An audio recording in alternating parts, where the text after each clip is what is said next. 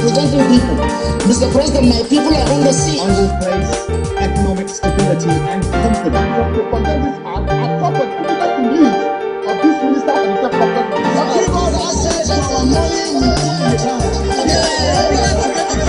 Good morning and welcome to Open Conversation on Atlantic Television Network. Open Conversation is the network's flagship political platform through which trending political news, events and stories are discussed with stakeholders. Through these conversations, ATN uses political talks about specific issues, party system and actor to explore hope and engender positive impact to the society. Today on Open Conversation, we look at the stories. First, Rivers State.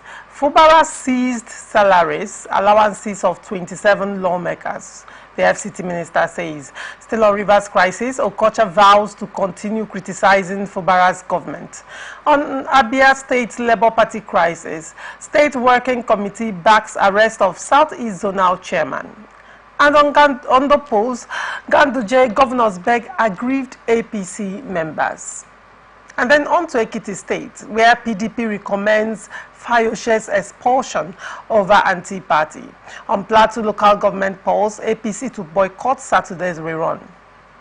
We are open for advert placements, bookings and commercials. You can connect with us on all our ATN socials, Facebook and YouTube, Atlantic Television Network, Instagram and TikTok, Atlantic TV Network 1, and on Twitter, Atlantic TV Net. Watch us live on our website, www.atlanticnetwork.tv. We'll go on a short break. When we come back, we'll delve right into the show. Do not go away. Representing people. Mr. President, my people are on the sea. I will place economic stability and confidence. To protect this art, I property because the needs of this minister and the protect this art.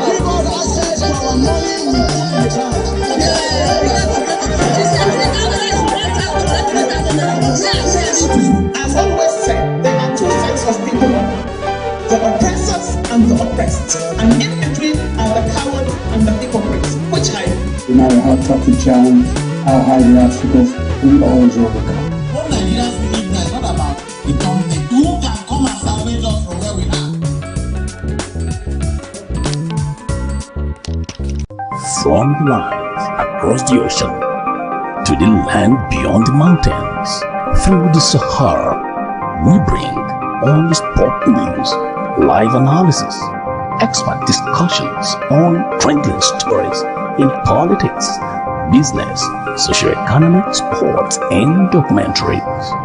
So catch all the updates on the happenings around the globe. Stay focused on the fact today, only on ATN.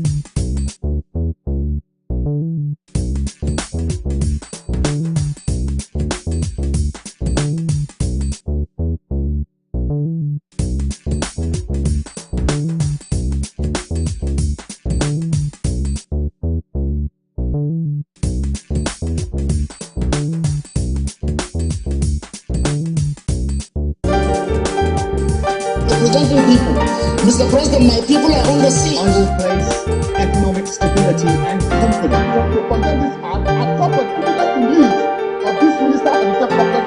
Give us access to our money we put in the bank.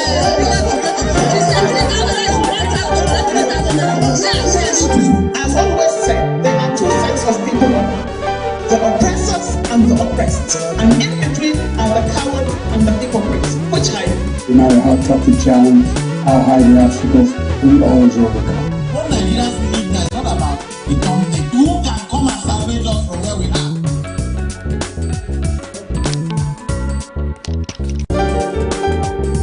Representing people. Mr. President, my people are on the sea. will place economic stability and confidence. To condemn this act, I call for immediate release of this minister and the president.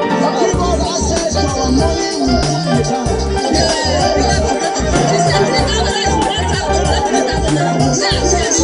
As always said, there are two sets of people: the oppressors and the oppressed. And in between are the coward and the hypocrites. Which I No matter how tough the challenge, how high the obstacles, we always overcome. What Nigerians need now is not about the company. Who can come and salvage us from where we are?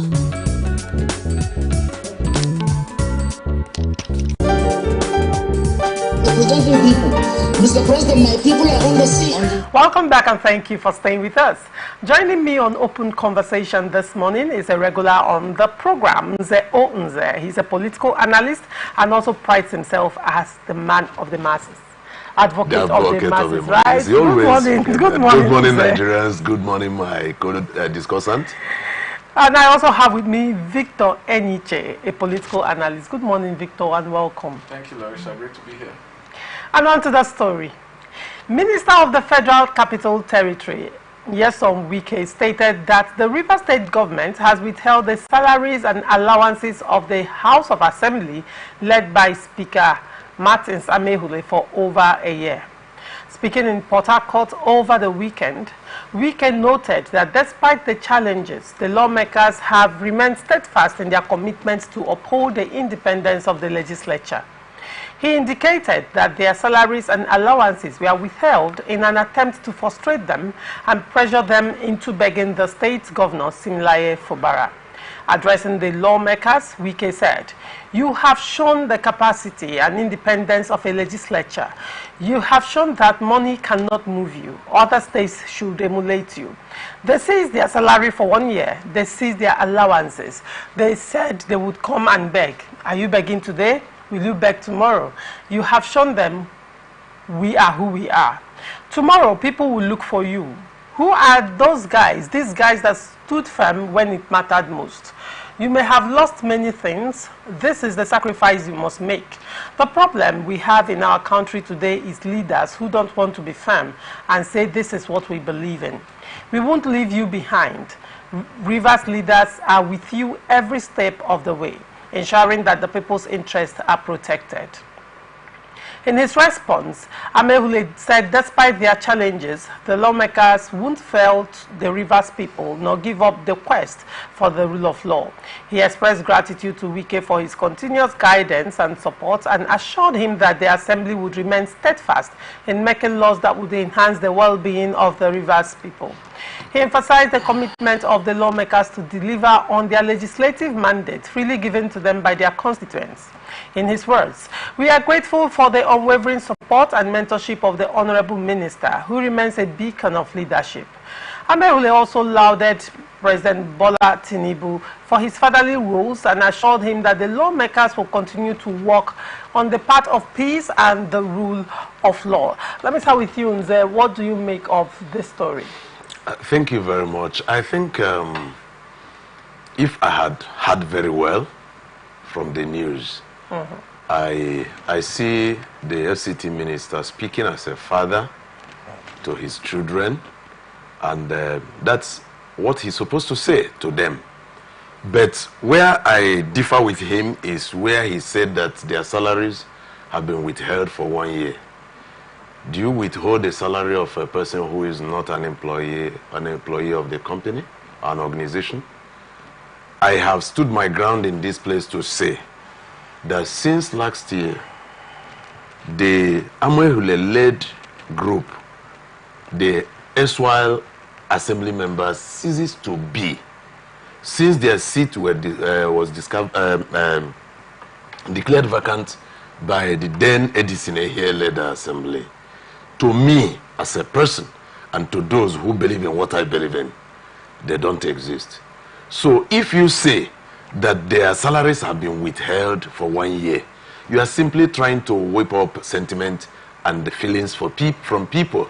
But the truth is this: the Amwehule-led group are not members of assembly. So if Fubara, the governor, had not paid their salaries, he has not done anything wrong until they are certified to be members. But I don't know how they will ever certify them. I don't know who will ever certify them, because to me, even what I see the court doing today, I've seen that the court has derailed to a large extent. The court has derailed. The court is no longer speaking the truth.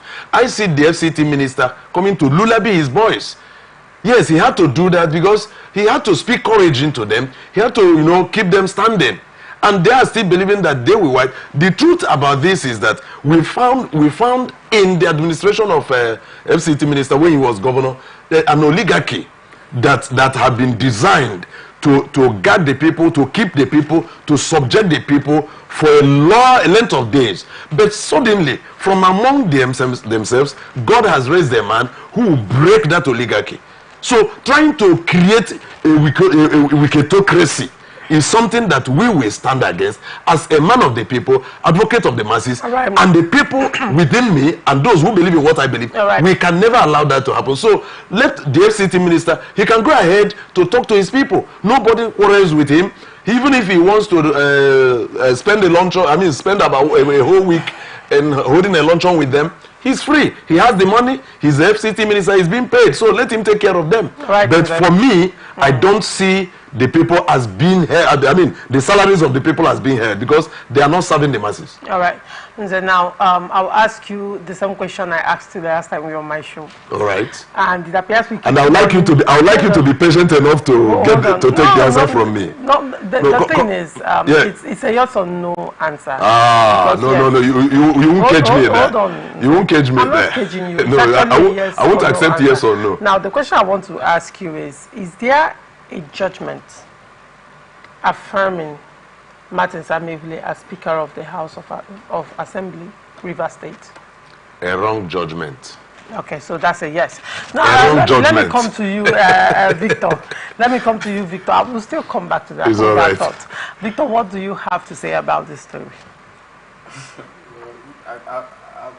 And while he was talking, I was trying to control my thoughts to stick to the conversation talking about Fubara's salaries and allowances of the assemblies or 37 lawmakers. What my mind was telling me repeatedly is, you see how we're focused on individuals that have not been paid, forgetting that these so-called individuals are supposed to be representing a large chunk of the people. I've not heard anybody coming to say 27 members representing social amount of persons of the youth population have been deprived, have suffered, have been deprived of governance, or what is due them because of the inability of proper representation. There's a distortion in the governance of the state. And I'm not seeing anybody crying about it. Whatever Wike has done is what everybody would want to do, to his people. If you have a group of friends that you're with and they are challenging you, of course, just like he rightly said, as a father figure, he would try to talk to them, try to encourage them in their cause. But the problem I have with all of this is, it will always take us back to the question of legality and not. You ask a question, and rightfully so, if there's a judgment, pronouncing Martin Samevile as a rightful Speaker of the House. And the question is a resounding yes. So while I try to avoid all of this drama, you can't, because at the end of the day, you still go back to the cause of this. Why were they deprived of salaries and allowances? Why has the people that they are representing been deprived of several opportunities that they are supposed to get It's because there's an argument, there's a conversation about their status. And last time I checked, we're a society that is governed, supposedly governed by law. And if there's a judgment, and like he has said, he called it a fake judgment. He said it's a wrong judgment. I really don't know how to place that in a society, because there are a lot of wrong judgment, there are a lot of wrong laws. Because when you say wrong at this point, it's according to your perception. It's relative. It's according to what you think. And in the eyes of the law, or in the way things are structured, it's not really about what you think. It's about what the trained people, because they have been trained to decide what is legal and what is not, and how it's legal, whether we like it or not. There are a lot of people that have had judgment. I mean, some years ago, I had a property somewhere that I had issues with. I mean, went to court. I lost it. It was my property. But because of maybe certain distortion of facts, I lost the property. It wasn't a right judgment, no, but I lost the property because it is the law. I did not go back there shouting and trying to fight over the property, because I know I'd lost it and I didn't want to continue in court. So that's my point. If there's a law governing the state, the same law that brought the governor, during the Supreme Court, the appeal court, the tribunal, was it not obeyed? He favored him, so it's a right judgment. So for me, what politicians are doing, describing and deciding which part of the law is right or wrong, doesn't make any sense. It is pure. It is pure disrespect to the separation of powers and rule of law. So there's a judgment currently saying, look, I listen to when people talk, even lawyers. I studied linguistics and communication, so at least I know my grammar to a large extent and my semantics. When you read that part of the law that talked about defection, he says when they are members. That's what he said. He said they lose their seat when they are no longer members of that party and they become members of another party. The question now becomes legally, how do you become a member of a political party? And at the moment you're able to define and explain by law that this person is a member, you need to have a membership card, you need to have registered, I can come out and say I'm a senator. Does that make me a senator? My point is, if we're sticking to the rule of law, and there has to be respect from both the executive and the legislature, separation of powers. Well, okay, if they are not members, why are they in court? Why are you in court? Remember during the campaigns when we had issues of the qualification of the president, Tinubu, people talked about how he didn't graduate. A lot of things came out. People published different articles, brought out documents. Why is he still the president? Because you cannot prove it. And until you're able to prove that the person doesn't have the qualification, it is not legal. And that is what I'm saying. The governor and of course the section of the PDP that took the matter to court, they have not been able to get that judgment to say, yes, these people are members of this party. Yes, I learned Martin Samuel, they actually went to court to say that they are members of the EPC and all of that. But that case has not even been touched as of today. There's one affidavit. Is that what you're saying? No, I'm saying there's a matter like that in court that has not been handled. Swearing an affidavit in this instance, and they are saying it's perjury because now, if they swore an affidavit that they have defected, while in the real sense they have not defected according to party constitution, then you can take them to court for perjury. That's my point. But that will be done through the legal but system. In this instance, even the window has passed. No, I said, I'm irrespective of that, it has not been done. And I'm saying this because it is important we understand that as a people, when we have people in power, yes, they want to play any type of politics to maintain power. But the question I'm asking is the rule of law being followed, right or wrong? As common as I am, as we are, if we have a case in court and the judge gives a judgment, you see how people are shaking because the judgment has come. But why is it that when it comes to the people leading us, it seems like since it's political, since it's not right, in quote, right, we will have to obey it or not? Why is it that the average man on the street will have to, however right or wrong, obey the laws coming out from the court? But when it comes to the people leading us in governance, there will be anarchy if everybody does that. So for me, yes, he has withheld the salaries of the 27 million. Right or wrong, but the question is, did he do it? Yes, he did. Are they lawmakers? Yes, they are. And for me, from my own understanding, until a competent court of jurisdiction decides and declares them members of another party, hence they have lost their seat. For me, they are still members. I don't know how else you want to argue it. It's not about emotion or what we believe or what we think a lot of persons think. It's about the reality of the law. And I'm saying if the law is ABC, there's nothing like saying because the judgment is wrong. How do you say a judgment is wrong? How do you say it's a court of law? What we're saying, we agree that the judiciary is not as good as we want it to be. We all agree that, but you cannot use that as a criteria to disregard and discredit the judgment that's come from a competent court of jurisdiction. Right. I told you to hold that thought. We were still going to get to the question I asked you, wherein I asked you or affirming Martin Samehule, and you said that it is a wrong judgment. Now, the question would be, let me ask you another question. Are you a law-abiding citizen, Nze? Yes, of course. You are a law-abiding citizen? Very, very law-abiding. What is the law in this instance? It depends on what law calls law. Well, it depends on what law calls law, which means you abide by the precepts of the Grundnorm of Nigeria, which is the Constitution of the Federal Republic of Nigeria. That is not infringing on humanity. Now, the Constitution of the Federal Republic of Nigeria also creates the judiciary and empowers the judiciary to interpret the laws and make judgments. And in this instance, a lower court, a high court, a federal high court, affirmed Martin Samehule as the Speaker of the House.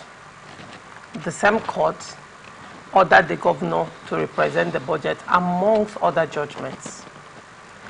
An appeal court, prior to the last appeal court, had said, and I quote the judgment, he said, with regards to the speakership of Martin Samehule, it is not in contention. Now, a second appeal court judgment has clearly stated and affirmed and upheld the judgment of the lower court.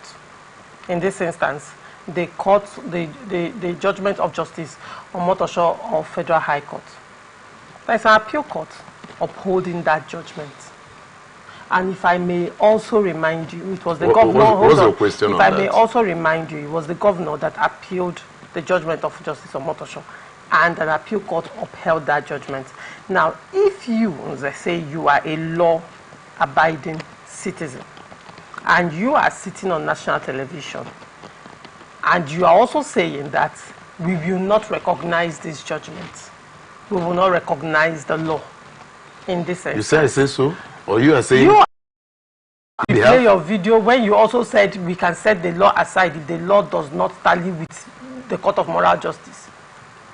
I can remind you of the things you have said. I said, you said I hold on to that. Thank you. I hold on to that till tomorrow. Thank you. Do you know why I have to say that? Because I am a citizen. Hold on. I have to stand on that. You have said prior to this time, set the law aside. So you should quote me verbatim. Don't add and don't subtract. I am quoting you. I am quoting you. Don't interject. All right. Don't. You like using the law against me. Don't deflect the But remember, when you my right, I may be forced to interject. It is not my law. We are all bound to come on with the question you are raising. You are interjecting. I'm sorry. Right now is a monologue. Thank you. Lorenza. So now, authority. you said that in certain situations that does not align with the Court of Moral Justice, the law can be set aside. You have also said, not once, not twice on my show actually, that you do not recognize the judgment of Martin Samehule, and you are also here saying the same thing. That was why I asked you, is there a judgment? You said it is a wrong judgment. Now, I now ask you, are you a law-abiding citizen? You said yes, you're a law-abiding citizen. In face of the last answer you gave to me that you're a law-abiding citizen and every other positions you have made, is that not double speak? Now, if the entirety of Rivers people should tread the path you're doing right now, end to this conundrum in Rivers State. Good. Thank you very much. You may have your say. Now that I'm having my say, it is a monologue. Go on. Don't interject. Go on. First, the law or the court is blind. That's why when you see the whatever this in the draw, they always cover the eye. When Martin Samehule took this matter to court, he has not defected. So in the blindness of the court, not seeing defection, they were seeing a speaker And they have interpreted it like that. You recall that last time we had a discussion here, I told you that the continuation of that litigation was a deception of the highest order, where I also indicted the President of the Federal Republic of Nigeria, who meddled into the matter as a father, and asked these two parties to go, the warring parties to go and withdraw their cases from the court. And the governor came and withdrew his own defense on that matter. He withdrew his, and these people cunningly, craftily upheld theirs and took it to a point where Omotosho had to give judgment. You guys should understand this. Now, when you say that I said I don't recognize the judgment of Omotosho Federal High Court, no, that is a wrong statement being credited to me. I never said that. I said I don't agree with it. And why? When you do not agree with a certain court judgment, you have a room for appeal, and that is there, and that has been used by the governor. He has tried to extend his hand to appeal on this matter. So when we look at how the matter was coming, we are law abiding, and I also believe that the judgment from the court can be right or wrong, in as much as those who are giving those judgments are fallible. They are not infallible. They are humans. They are like us. They are Nigerians. They are Africans. They eat what we eat, and what influence us influence them. So when money can influence a politician, it is also possible that money can influence a judge. And when money influences, you recall that just last week or thereabout, when the governor was talking, he invoked the power of God, the Supreme, into this matter. He said that God will judge. If a human judge has failed in delivering what should be considered the right judgment, let the Supreme Judge, whose judgment cannot be appealed, judge them. And you see some of them started running here and there. And look, you see, because the governor is holding the mandate of a whole state, and he has involved God in this, I stand with him. When God's judgment will come, all of us are here and we will see it. And if the governor who has involved God in this matter comes tomorrow to misbehave, to mistreat the people he is claiming to defend now, the same God he invoked, we will remind God, the man who invoked you, whom you fought for, has started maltreating us. Let your judgment come. So I think what Fubara did in the church last week has tied him round. So when he finishes, when God helps him to liberate him from the clutches of the bad judges who have given wrong judgments that were influenced by corruption, by money, and by all these things, when God has finished dealing with them, God will face Fubara if he should deviate from the tenet of good governance. Because all we need in Rivers State is good governance. Like Victor said here, everybody will come and say 27 lawmakers. No one has ever come to say that these 27 lawmakers are representing 2.5 million, 5.5 million, 10 million Rivers people. Nobody has ever said that. It is the interest. That's why I stand against the oligarchy that these people has formed, where they will subject us and be ruling us, and they will tell us they are the best. Who told you are the best? Who are you wiser than? All right. So we are standing on the truth. Even when you say that I'm being emotional, that is your own judgment, and I have not killed you for saying so. But you have been accusing me. Whereas I'm not emotional. No, you have not accused me in the show, but behind the camera you do that. So I'm bringing it to limelight that even though you accuse me of being emotional, I know I'm not emotional. All right. I know what I am standing for the people. Okay. And when since people react when they are beaten, you see me react like the people. And after here, once I step out from here, because I have thousands of people watching me online, once I step out, you see some of them, you talk well, right, you spoke well, you are standing by us, and things like that. Right. So let the rating be done. Okay. The judgment of the appeal court is wrong to me, and that is why the governor and his team have moved to Supreme Court. All right, you know, the irony of the whole thing is you made a lot of statements. You know, you went here, there, here, and you ended up accusing me that you're emotional. And you know, the thing is, if you know how to play well, you know how to play well. If you're a bad player, you know you're a bad player. So really? I guess you're using your mouth to tell yourself that you're emotional right now. Because I'm not emotional. Everything you have said. Not, that is from you. I never said it. You can never lay claim on natural television. I have never accused you of being emotional. However, you have accused yourself of being emotional, and I must applaud your sincerity, by the way. So now, moving on. you have said a lot of things that you cannot actually. Now you brought God into the matter, emotions. No, yes? no. Hold is reality. Hold on, Nze. Bringing reality. God into the matter. You are a reverend, and you know, when reverends delve into these things, I like to separate religion from politics to a large extent. But you can't separate them. Hold on. I like to separate religion from politics because now let's look at it critically. The governor, you said the governor is invoking God. Did the governor invoke God when Rivers people said they didn't know him and they questioned his emergence into governance? He did not remember God at that time. Who told you? Hold on, Nze. He did not remember God at that time, and he never invoked God when Rivers people were questioning his emergence and his authenticity as the governor of Rivers State. I do not want to delve into certain things. You know, you also, the questions will also be asked. Has the governor been obeying court orders? Even the Bible, Nze, that you carry and you preach with, says, obey those in authority. It means that, and pray for your leaders, it means that whether you like the judgment or not, there is an authority called the judiciary, and they've given judgment. The Bible instructs you.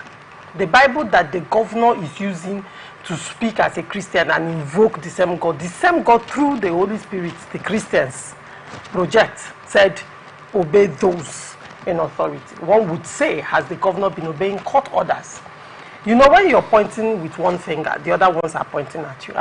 I'm not making a case, but I am looking at things holistically because, I mean, you have set aside the can law. I give you an answer to that Hold on. question? You have set aside the law and you have delved so much into things that are, if I would say, without so much substance.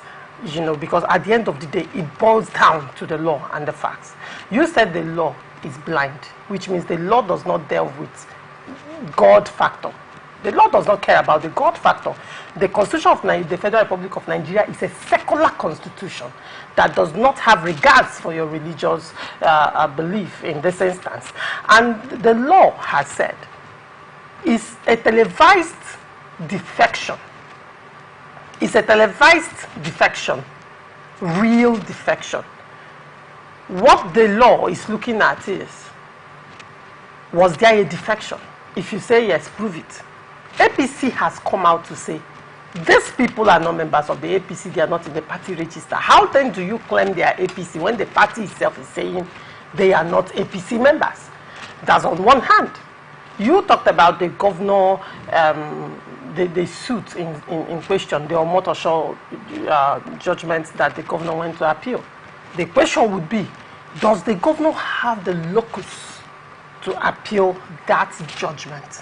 Considering the fact that he waived his rights. That was why the appeal court said you cannot approbate and reprobate. Now, I am laying the facts bare for you, what the facts are, so you can actually react on the facts. You are of the opinion that the governor shot himself in the foot by withdrawing his counter affidavit. In that counter affidavit he withdrew, that was when he would have made a case for defection. That was when he would have made a lot of cases that he should have made. But he willingly, there was no gun pointed to his head, withdrew that counter affidavit, thereby waiving his right in that matter. And in the absence of a counter affidavit, the court gave judgment. And you still come back to say the court is wrong. The court gave judgment based on the facts before it, and not what you say on television. And you come back to say the court is wrong. That's on one hand. Now, like I said, was a gun pointed to the governor to withdraw the matter from court, saying that the governor willingly chose, part of the peace pact, by the way, was to present the budget to Martin Samebule-led House of Assembly. The governor did not present that budget. He did not. No gun was pointed to his head. There were some other things in the peace pact that he chose not to obey. So when people whip up sentiments that the governor withdrew, it's not making sense, because there were other things in the budget that the governor did not fulfill, and no gun was pointed to his head. If I might remind you, again, the governor, when he was receiving the entourage from a Jaw community from Bayelsa State, I think that should be Dipri or so, he told them, he said on national television, he said that he gave the River State House of Assembly a floating, that they cease to exist if he ceases to recognize them. And he said, moving forward, he has de-recognized them. Now, the question will be, if there are separation of powers, what constitutional right does the executive have to de-recognize the House of Assembly? It's just like the executive or the federal government or the president in this instance saying, I de-recognize the National Assembly and I can function without the National Assembly. The governor said that. He did that. And he also said that the peace pact was a political solution and he has chosen not to follow the peace pact. So now, these are the decisions the governor has made. And this has led us to where we are right now. And you are invoking God on a decision the governor made by himself. By the way, when the governor signed that peace pact, you said he's sitting on the mandate of the people. And if you claim the peace pact was not favorable to him, one would expect that the governor will first of all refrain from signing the peace pact and come back to Rivers people, probably have a town hall meeting with stakeholders and say, this is what is on the table, what is the way forward. He signed that peace pact, and I would expect a man of that position is enlightened enough to know what he's delving into. And this is where we are in Rivers State. And here you are pushing the facts aside and bringing in the God factor. Having said before my show that the law can be set aside. Make it make sense to me. Thank you very much.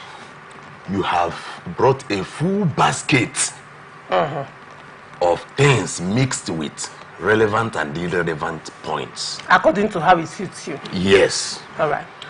I will open the basket and select things that I think that matter to me. All right, and respond to them. Go ahead. Because if we begin to talk on all the points you raised here, you discover that we'll be here till evening. Now, first, let me start with this, Laurentia. When lies are being told, it is sweet to the lips, but its end result pains the anus. In Rivers State, we've seen people come, not just in Rivers State, in Nigeria, we've seen people that we respect. At some point, I stopped calling some of the people that attach honorable to their name. I stopped attaching that honorable. I'll call you by your name because there's nothing honorable about it.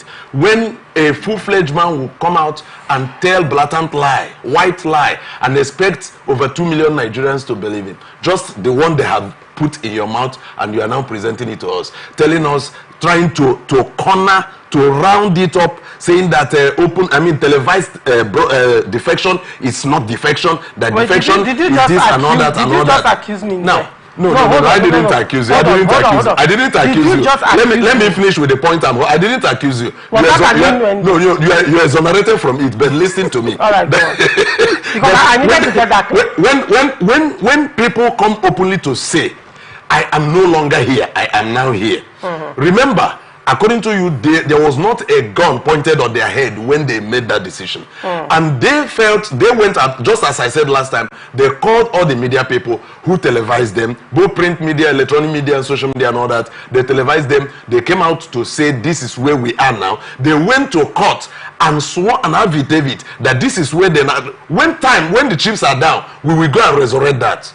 because that affidavit will still have to speak when the chips are down. Now, and somebody will come. I had Tony Okocha coming to say they are not members of APC, blah, blah, blah. I try to woo them. I try to bring them in. Who are you telling that? Are you talking to a kid? So you see that in this case, the issue of defection still stands. We saw it. They told us, they viewed it, we all watched it, and that being apart. Now, coming to where you are trying to make me have issues with the law, the truth is this. To put it through to you, in Nigeria Constitution, there was God factor, or there is God factor, because no one swears with the Constitution of Nigeria and not end it, so help me God. No one, even in our pledge, God is the creator of man and creator of the universe. You can't put God aside on anything. If you dare it, whatever you see, you take. So if we are talking about constitutional issues and we are bringing God factor, it is very important. When we are talking about law too, we should bring God factor, because it is God who enables us to will and to act. So when God enables a man who is willing to go by the will of God, according to his purpose, that person fulfills the mandate God has for man. But when man begin to be man to himself, just as you are trying to make me think that bringing God into the matter is emotional and sentimental and all that, I will not listen to you. The truth is this: I understand your profession. When you use it and attack me, I will develop a hard skin and push you back. That's the truth. So now God is involved, and God has been invoked into the matter. All right. Now, coming to whether the governor was pointed a gun on his head when he withdrew his affidavit from the litigation that was filed by Amoyole. The point is that we are trying to speak lie and make it look like truth. And the truth is that darkness can never be light. All right. Now, the governor said, I will obey the political solution that the president had brought. But let's begin. You have to count one, then you count two. The governor withdrew his affidavit. He recalled in fact, he resubmitted the names of the commissioners who willingly, on their own, resigned because they felt that the oligarchy was being threatened. They resigned, and the president mandated the governor. The governor was humble enough. Remember, the governor is true that the office of the president is higher than the governor. The governor is an executive of a state, but he was forced to mess himself up like that, and he did. And these people trickishly, they say once bitten, twice shy. Nobody will allow stick to choke him in the eye 2 times. In fact, you asked a question when the governor was being presented to the Rivers people that never liked him, whether he vote God. I told you in this station, I didn't vote for the governor, and I'm saying it to the whole world. I stood against PDP in that 2023 election. My reason is because Wike had ruled his own way, and we never liked it, and he is bringing a stooge, and we stood against it. We fought against it. Till today, I'm still saying it categorically in national television that the PDP in Rivers State is sitting on Labour Party mandate. All right. So now that he has been forced on us, and we watched him, he came up and started behaving like a good child. Look, I am not a politician for political party's sake. If I'm in politics because of the people. Just as I told you that you cannot separate religion from politics, because religion is about the people, politics is about the people. Right. So they share common interest. So it is on that basis, one, we have to understand it, that the governor, now that he is considering the people and he's trying to fight for the people, we will support him and make sure that we snatch power from these people that have kept us bound over time. All right, Sinza, you've had your say, and interestingly, the facts that were still laid on the table were not addressed. But let me come to you, Victor Enyiche. You know, Victor, I will ask you a very practical question. Victor, you're my husband, aren't you? No. You're not my husband. So, me saying on national television that you're my husband, does that make me your wife? Of course not. All right, go ahead. Well, you know, I like the fact that you're trying to be practical about this. And for me, I'm really worried. Yes. The reason I'm worried is not the reason a lot of persons are worried. I've seen, because for me, my worry is, I think we're mixing up these issues. Yes. I'm a Christian, you know, and I love God, and you know, I love the things of God. But I also understand that in our society, there's an organization, there's governance, there's leadership. And for that society to work, what makes it organized are the rules and regulations are the laws that are binding and guiding our actions and inactions. And because the reason why we coexist or we exist as an organized society is because there are rules and laws to be followed. The moment we deviate, the moment we leave these laws, there's anarchy. You cannot have, it's no longer an organized society. And I also agree that there's God factor in it. But you know, the law being blind is not that it doesn't want to see. It's that when judging, it doesn't look at your face to judge. It judges with the fact. So if you put an orange in the hand of the law, and all the law can judge with is an orange. It doesn't care about who is bringing the orange. It says, what was on my left hand was orange. What was on my right hand? Banana. And it tells you simple. It doesn't care who is putting orange and who is putting banana. And if we're going to go by that precedent that the law, you know, of course, and morality, they are completely different things. There's morality. Okay, do I think that the politicians, the people that are in the House of Assembly, both the 24 lawmakers and the other 3, you know, do I think that they've all had the high moral sense of character? I would say no, because you can point out to situations where these guys, even from the election that brought them up, you know the crisis, what led to before the election where they became members of the House of Assembly. I would say no, because we have issues with some of their moral decisions and all of that. But is it according to the law? Are they there legally? Yes, according to the law. Because there was an election that put them up there. There's a result was called. I mean, he talked about the governor fighting for the people, and I have a problem with that. The local government election that was done, was it lawful? Was it morally done properly? Look, my friends, I had a couple of people that took part of that same process. And one of my friends was telling me that some of the persons they took as presiding officer and all of that did not even know how to write. He was the one now instructing them, no, do like this, do like that, do like that. Was that an election? If the governor is more, according to what a lot of persons fighting for the people, you would have done a proper election. What is a proper election? Let it be a openly contested election. That's a moral thing to do. That's not just moral, but it is a right thing to do. Was that election moral? Completely no. I mean, let us be frank. I'm not about why he did it. We all know why he did it. We know he did it because of certain political issues. But was it done legally? Was it the right thing? Morally, was it right? It wasn't right. If you're being sincere, you come out and say it's point blank that the governor was not, that this election that we held at the local government cannot be used as a standard to do local government elections in Nigeria. If it's so, it means we're just going to be going around in a circle. What is the law? What does the law say? Can somebody lie? Can somebody go to court and lie? Yes, I gave an example here how my property was taken away from me. Did the person not lie? He lied. A property that I got before him, he did whatever he did, and of course went to court and lied that. But the court believed because of the distortion of fact, and probably who knows whatever might have gone wrong. I don't know, but I know a lot of things went wrong, and my property was taken. Was it the right thing? No. Do I feel comfortable? No. Is it legal by the law? If you go by the law, there's a judgment that was given that this person is the rightful owner. I refuse to appeal because I feel I didn't have that. So for me, I think we should learn to separate all of these things. Because imagine if everybody on the street that have had one or two or several bad experiences with the law decides to go with their emotion, go with their religious belief. There will be anarchy in the state. If I decide that, okay, because look at the road coming down here, you know how difficult it is. Was it right for Julius Berger to block the road and ensure that there's no way passable? It is wrong, but is it being done? They'll tell you, okay, yeah, there's a law now, government, now they've given a contract, they're doing the road. But are they doing the right thing? No. So these are the issues. We have a law guiding and directing our actions. If we refuse to obey because of our feelings, because of our sentiment, then there will be anarchy in the state. Because imagine where everybody is saying the same thing. What is the law? There's a judgment. You say it's a wrong judgment. Does the fact that you think the judgment was wrong, does it make you give you the right to disobey? If you do that, there's an anarchy. Why is the governor in court?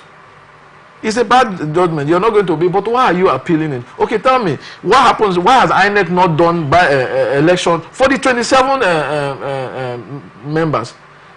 There's a reason for that, and because there's a law, according to the law, they cannot do that because they don't have the legal backing to do that. So what it means is that you still not confirm this statement of saying these people are no longer assembly members, and you withhold their salary because you have the power to do that. But it is wrong. I really don't care about some of the political sentiment, which I understand, and I know why the governor is doing some of the things. It's because of political reasons. But does it make it right? No, it is not right. Like I said, I mean, the governor is fighting for the people. How come nobody is talking? How do you do a budget and 27 members are not represented?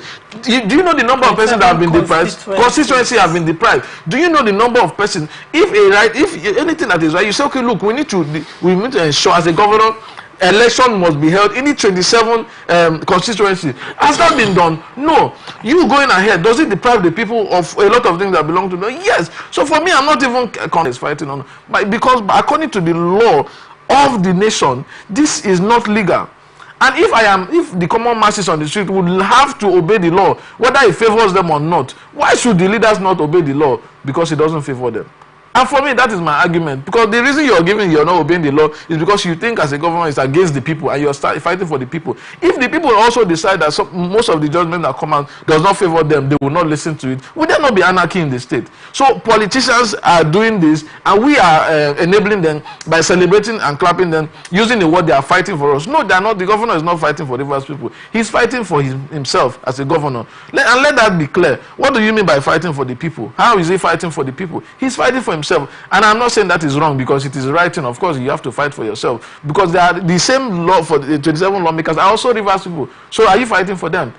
So I think we need to leave religious sentiments, leave moral sentiment, and look at the law. And until we say this law is wrong and we look for a way to amend this law, okay, why is the state governor, why are they still getting money for local government this thing? Is it not because they've not amended in the constitution?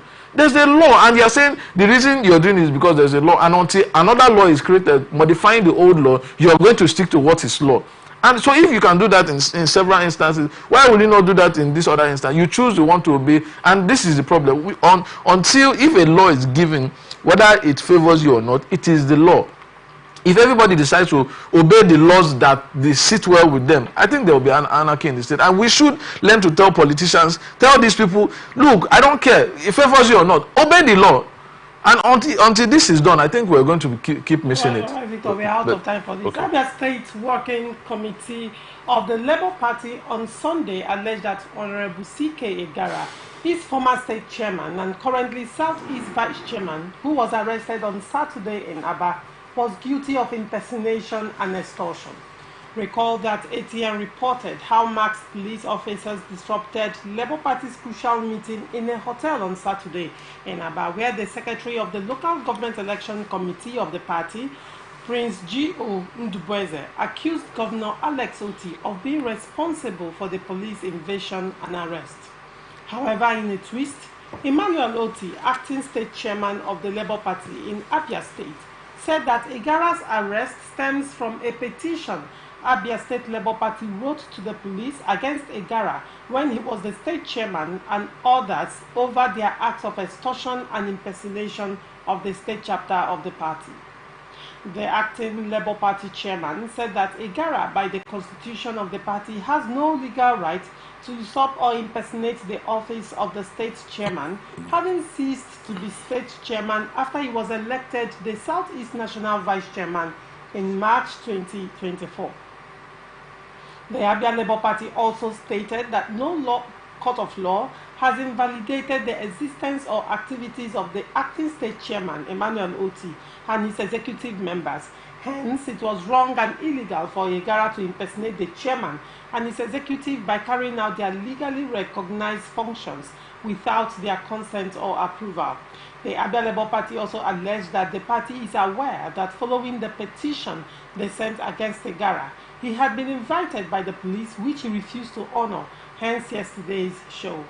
While we recognize and respect the judgment which recognized Barrister Julius Abure as the national chairman, Abure's faction, which Igara is part of, has no right to flagrantly ignore the appeal and the motion for a stay of execution that has been duly filed against them, by purportedly dissolving and imposing a new caretaker leadership on the Abia State chapter against the provisions of the law and the constitution of our party.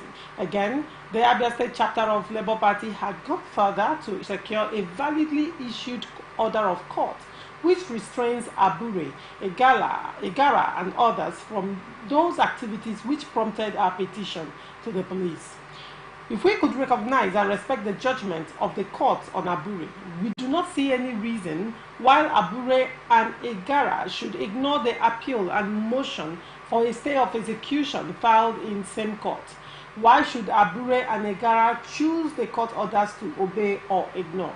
Finally, we wish to emphatically state that the state chapter of the Labour Party is peaceful and law-abiding, hence every single action we have taken, including our petition to the police against Igara, which led to his arrest, has been in line with the provisions of the law. Therefore, those trying to pander to emotions by blackmailing the Abia State government over his arrest are either ignorant of the facts or are doing so for selfish political reasons and should be ignored by the police, by the public, Oti said. And you are a member of the Labour Party, a stakeholder of the Labour Party, by the way. And now this is your party having their own crisis in Abia State. What do you have to say to this development?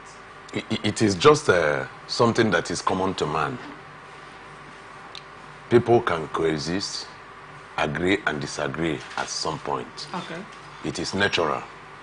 But from the look of things, you see that the faction of Abure, you know, who are the people who are standing with CK rather, are accusing Governor Oti of being the brain behind the arrest of CK last week. But the Abia State Labour Party executives have come to, in fact, the acting chairman has come openly to say that the government of Oti should be removed from this, that it is just something about the political party executive and the man who is trying to impersonate as the state chairman, having been elected into a higher office 7 months ago, and today is still coming back to, you know, because at some point the court affirmed Abure as the authentic national chairman, you know. So it's like they are coming to say, you people no longer matter. And that should be understood.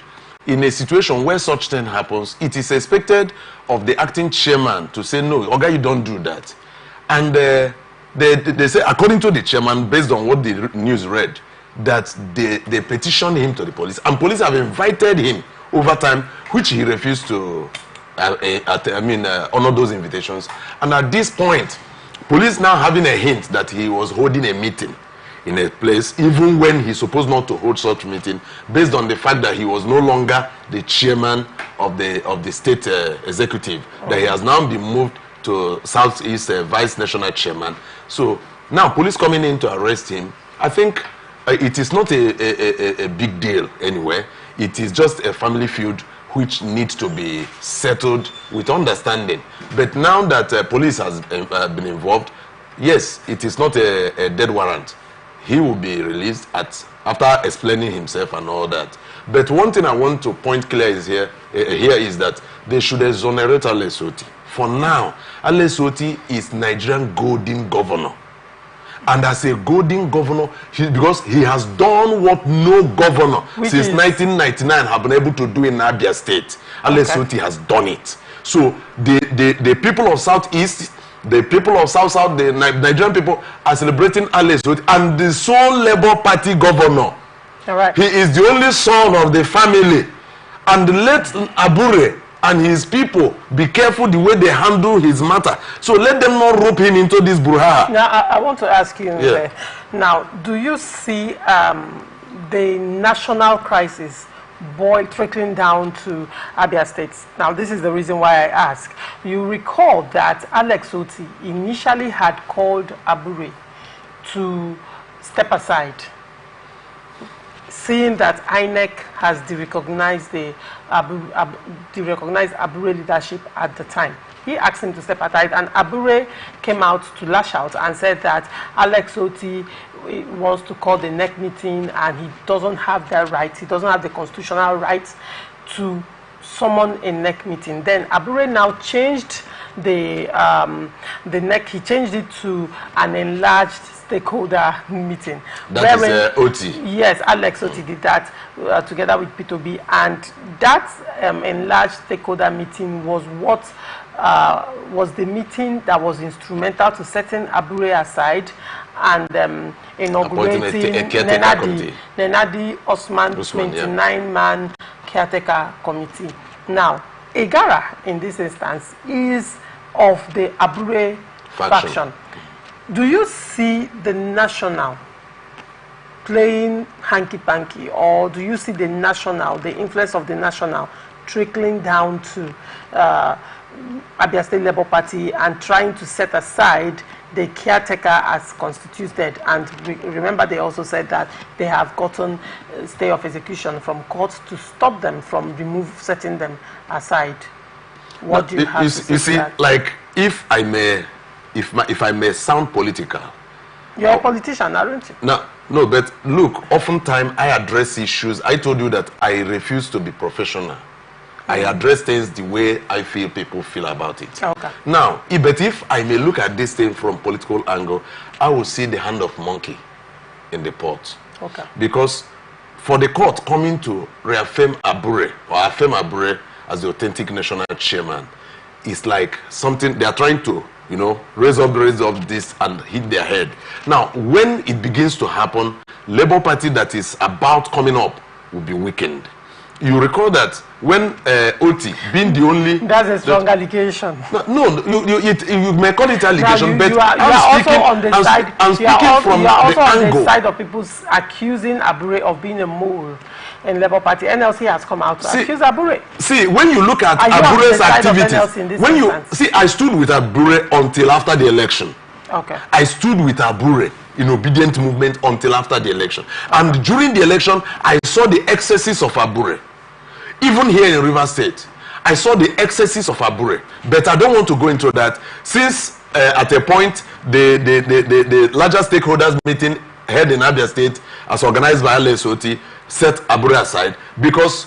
the court has reinstated now, him. Court reinstated him. And you see the Abia State Labour Party, you know, affirming the fact that they respect that, but they filed a stay of execution, that which we now removing them. Now, which will now allow them a space to either appeal or institute any other court. Right. But if at the end, and Abure comes back to say, "Oh, this is our family," let us see how we can be able to build Labour Party and build a formidable force that can take the president, the central state or the center state in 2027. Then we move with him. Look, there's something about all these things people don't know. I don't believe in political party. I believe in ideology. And we see in Nigeria that people don't run political parties with ideology. They run political party with interest. And once the interest does not favor a particular person, to hell with that group. But me, in as much as I also believe in interest, but I also believe in ideology. And my ideology is that Nigeria must work. All right. That is why you see me strongly standing behind P2B. Up till now, I still believe that P2B should be the president of Nigeria. All right, so you're deviating. So now, very quickly, let me hear from Victor, because we are out of time. It's okay, but you have to give it to Labour Party in Abia State that OT was never brain behind the arrest of Igara. Rather, the caretaker chairman of Labour Party in Abia State was the one who instituted that call for police to come and pick him up. All right. Victor, what do you have to say to the Labour Party situation in Abia State? Well, I mean, I agree with what he said about it being a family, family issue. But, the thing with families, there are still disputes.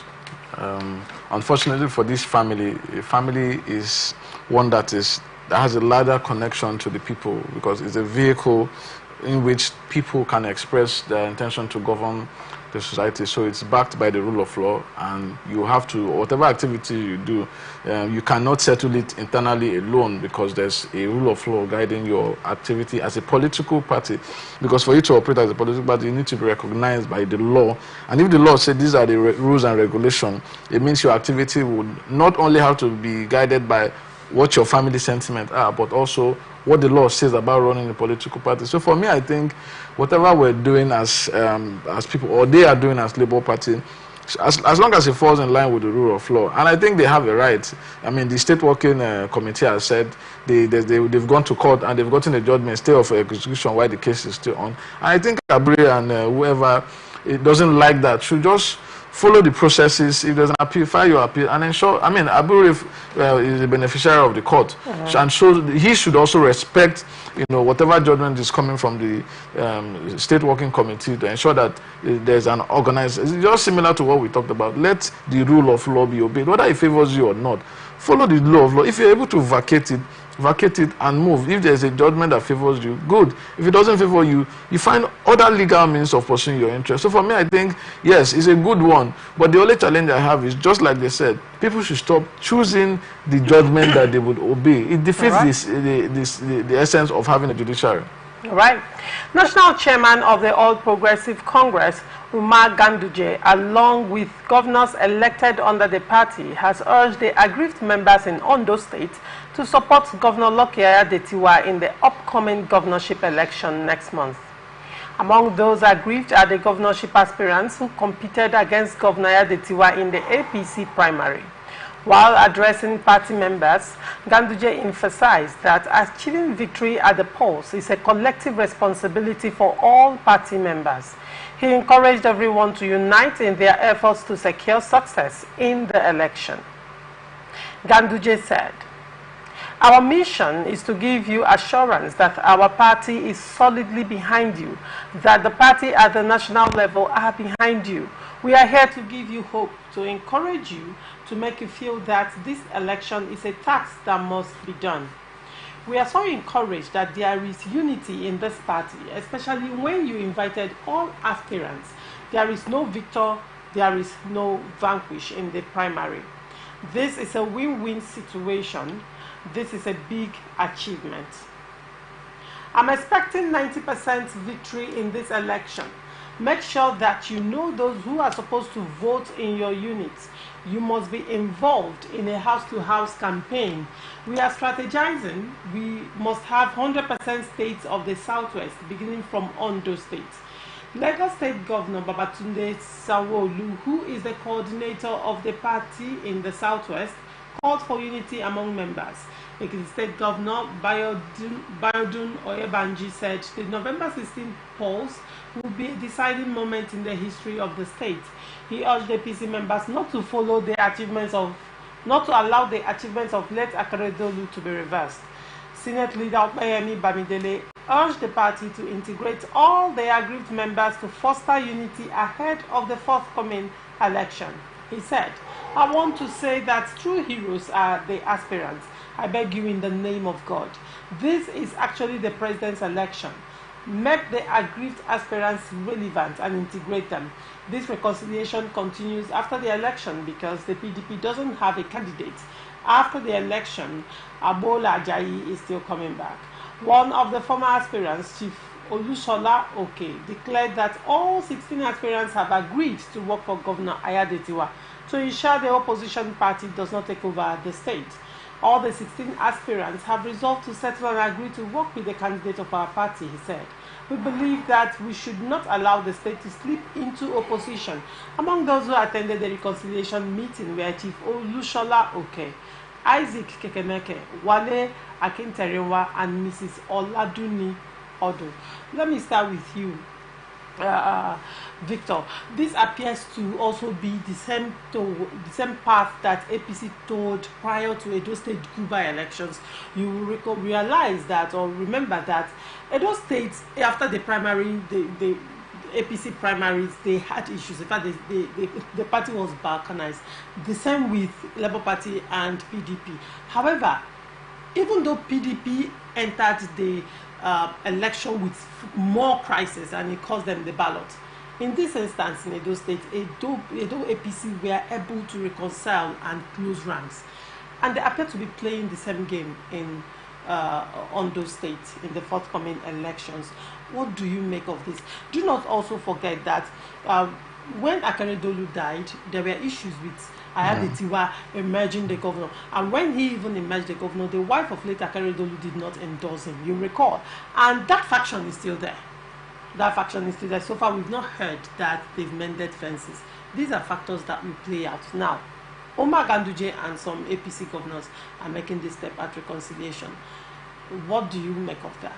Well, I think APC in this instance and Ganduje, I think they are just becoming a political party with understanding of what it takes to be a political party and what it in as much as they have the advantage of having the president, you know, a political party is a combination of different people with different interests. So there's always going to be that you know, the management of interest, which is very important, and if it's not done properly, there will be an issue. And I see Ganduje doing, I mean, he did so in Edo State election, and he's doing same. I mean, it shows a bit of understanding of what it means to handle diverse interests, you know. But where I have my worry is in, you know, just like, I mean, you mentioned, you know, they mentioned about how political parties are not run with ideology but interest, which is true and unfortunate, because this would have been a perfect opportunity for the different political parties to actually challenge, you know, the stance of the APC. And look, it's for the people. It's a good for the people if there's competitiveness in terms of political parties, because what it means, I am very sure that APC cannot be the only party that has people with good intentions in the state. So what I'm seeing here is that APC is doing what it should do as a political party. You know, you manage interests. The thing is, people will have different, diverse view, interests, and intentions. But what is important is what the party puts forward. And even when you contest as an aspirant and you do not win, it shouldn't be a judgment condemning your participation in the party. It should be, and there should be an open book for you to see have opportunity to perform your roles in the party.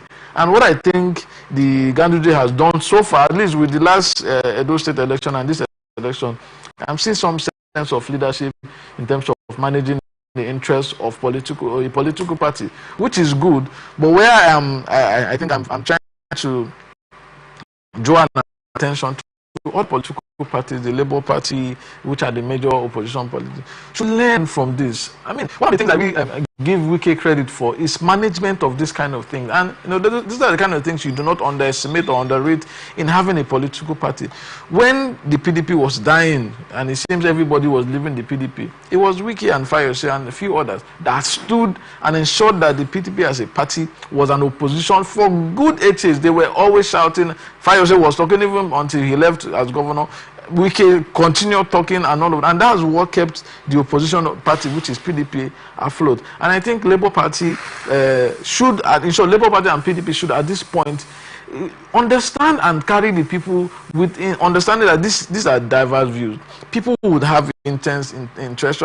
I mean, look at the issue with Aburi and the governor of Abia State and Peter Obi. It seems there's this very, very big gap between them. And this is an opportunity. You're not in power yet.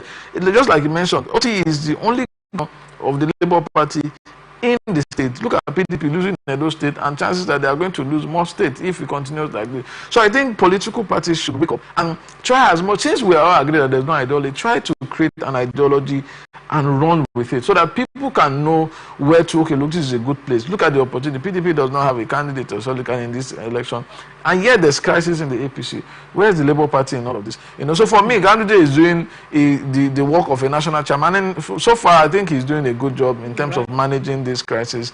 I just wish that other political parties could take advantage of some of these things and build a very viable opposition. Sorry, I said opposition. Opposition, yes, of course, because that is what ensures a very rich democracy. Of course. Nze, what do you have to say to this? Victor periscoped the strength of conflict resolution team in APC, and he also did a comparative analysis and said that other parties cannot boast of having the same level of ability to resolve conflicts like you find in the APC. What do you have to make of this as we round up the show? Yeah, you know, I am this man who believes that wherever leadership is found, it should be saluted. Wherever good governance is found, it should be saluted, irrespective of who is behind it. You know, Ganduje, in as much as I don't believe in him as a person, but I believe in his abilities. No, it's true. It's true. Yes, at least I so don't believe in him, but I believe in his abilities, and he has proven it in Edo State election, and he's also proven it in this Ondo. We all know the crisis that bedeviled Ondo APC, but you see the way Ganduje is handling the matter. He will speak like a father, and this is what I expected other political parties to imbibe. I expect other borrow suit from this, but however, in as much as I salute Ganduje for that, and the rest of the candidates, aspirants, those who contested the primary lost, but now coming together under the umbrella of peace and oneness, I salute that. I also fault them at a point. All right. That is where they said that the election is president's election. Okay. I don't agree with that. Because as far as I'm concerned, as a Nigeria, President Bola Tinubu has not done us any good. To me, I don't know whether he's doing you good or he's doing any other person, but President Bola Tinubu, all his policies, from fuel subsidy, increase in VAT, electricity tariff, all that, minimum wage, deception, and all that. Thank God, from inception, even before he formed government, I kept telling Nigerians that this man will not do well. They say, no, he did good in Lagos, he will do that. I said, let's see. His interest in Lagos was different from his interest in Nigeria now. And he has come to do the bidding of the Western world. So when they are telling the Ondo people to vote for APC because the president has interest, if I were to be Ondo, I would tell Ondo people to discard that. Yes, because it will not help us in any way. If anybody is coming to say that APC, because they are in power at the center, they will do us good if we align with them. They will do good to the few who are benefiting directly from them, and not to the masses. So I believe that Ayedetuwa, who God, in fact, I would say that fate smiled at him, because prior to the demise of Akeredolu, he was at loggerhead with the governor, and he would have lost his seat. In fact, at some point, some caucus, he called them presidential intervention. At some point they ebbed him off. It was presidential intervention that even sustained. And finally, God said, okay, I still want you to be, just as his name implied, lucky, and he became lucky, and now he's the governor. And despite the fact that he is a governor, the wife of Akeredolu never supported him, and some other people who, are having issues with him. All I expected Lucky to do is to concentrate on governance. Give it to the people. Whether you are winning them, that is your business, but let the people feel the benefit of your government. Just as we are also begging the government of Rivers State, now that they are hitting on you, let the people feel the benefit of your government, so that we can, when we are shouting the governor should, we will know what we are shouting for, and not just shouting for. You just couldn't help going back to that. This is just something else that we can't handle it. You just can't help it. It's a bait you must bite. All right, thank you so much, Nze, for coming on Open Conversation. Thank you very much for having me. I appreciate you. And thank you, Victor, for coming on Open Conversation. Ironically, both of you now agreed at something at the end of the show, and that's quite interesting to note. And this is how we wrap it up on this episode of Open Conversation. We are open for advert placements, bookings, and commercials.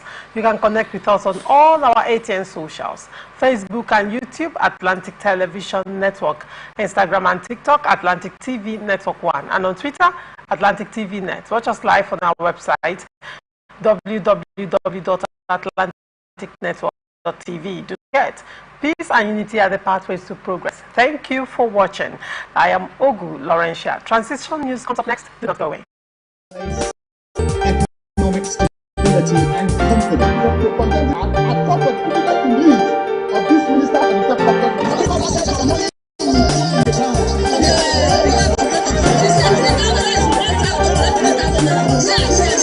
I've always said there are two sets of people: the oppressors and the oppressed, and in between are the coward and the hypocrites. Which are you? No matter how tough the challenge, how high the obstacles, we always overcome. What the young people talk about, the government who can come and salvage us from where we are.